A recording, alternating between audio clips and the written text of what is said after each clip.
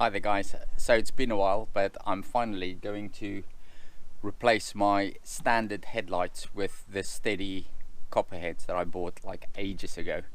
It's been a bit of a mission to get everything going and to get all squared away, and while I took the bumper bar off to get to the headlights, I noticed that this truck clearly has been in a front end collision before I bought it, because there's a lot of damage.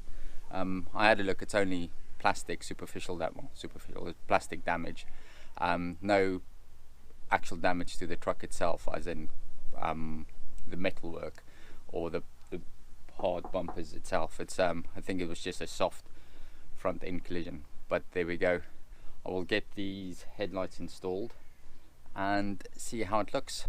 So that is what it looks like currently. These are the standard OSRAM units that are in there, and then I will replace it with that, and I will show you what it looks like when I'm done.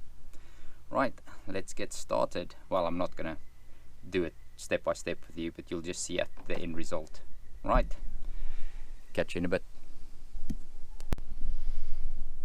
So there you go, I've got the two standard lights changed, and we have the lights in there. This one is quite neat. Quite happy with that. However, this one is not so much. There isn't a lot of space, and there's a lot of electronics to get in there. So the copper head bulb comes with, if I just dig this one out here, fry preparation and all that. So the bulb itself comes with all of that attached to it, and as you can see, there's quite a lot to replace with that, and there is not a lot of space in there. So I've got it all in. It's not so sure about the heat. So heat dissipation is with these aluminium woven fins. I'm assuming it's aluminium, but it's all in there. We'll see. If it gets too hot, I will take it out, because I don't want to burn my truck down. But we'll see how it goes. Anyway, let's get it in and see what it looks like, and if it works, more importantly. If not, the standard ones are going back in. Alright. Okay guys, so I've got it all running.